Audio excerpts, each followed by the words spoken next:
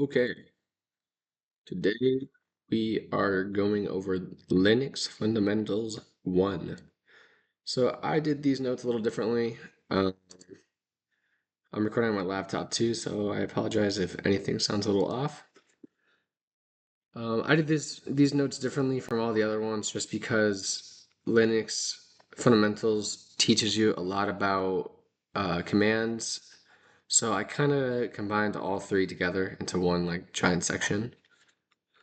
Let's go over a introduction. So, first created in 1991, Linux is like any other OS system, such as Windows or Mac OS.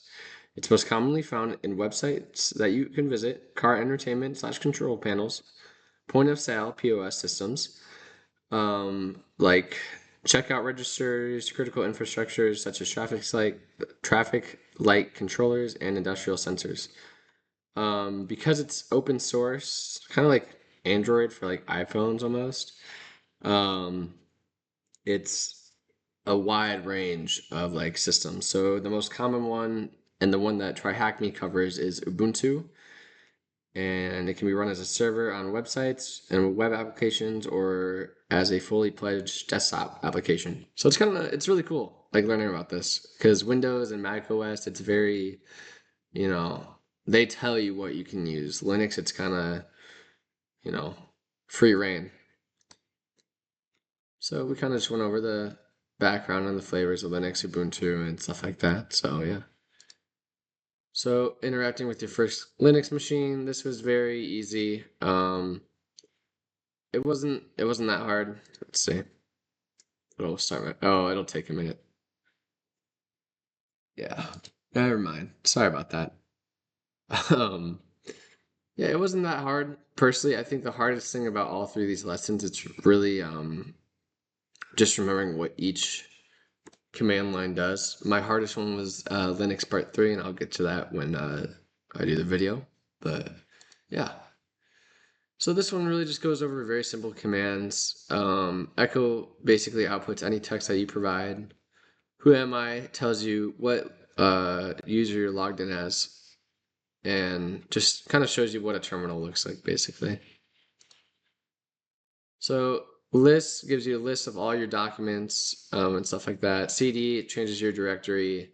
Cat, I believe, reads it. And PWD, print working directory. I have that one to say. I forgot what that one does, but we'll go over it. Let's see. So list do cat. Yep, so cat does read it, as we talked about. PWD. So yeah, PWD just prints out the full directory path. Okay, on to the next one. Searching for files. So we know cat reads it. Grep will search for the contents of files and specific values. Um, and find will also locate files. Just depends on what you kind of need it for.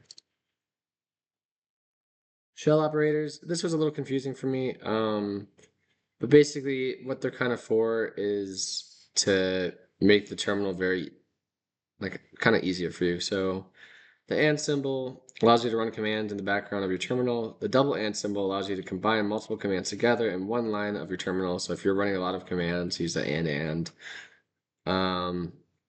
This symbol just allows you to, it's a redirector. So you can take the output from the command and direct it somewhere else.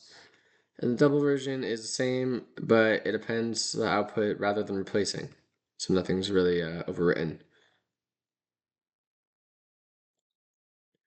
And that was pretty much it. I mean, part one was pretty easy. Not too much to go over, but as we get to part two and part three, it does get a little more challenging. But that was Linux Fundamentals Part 1.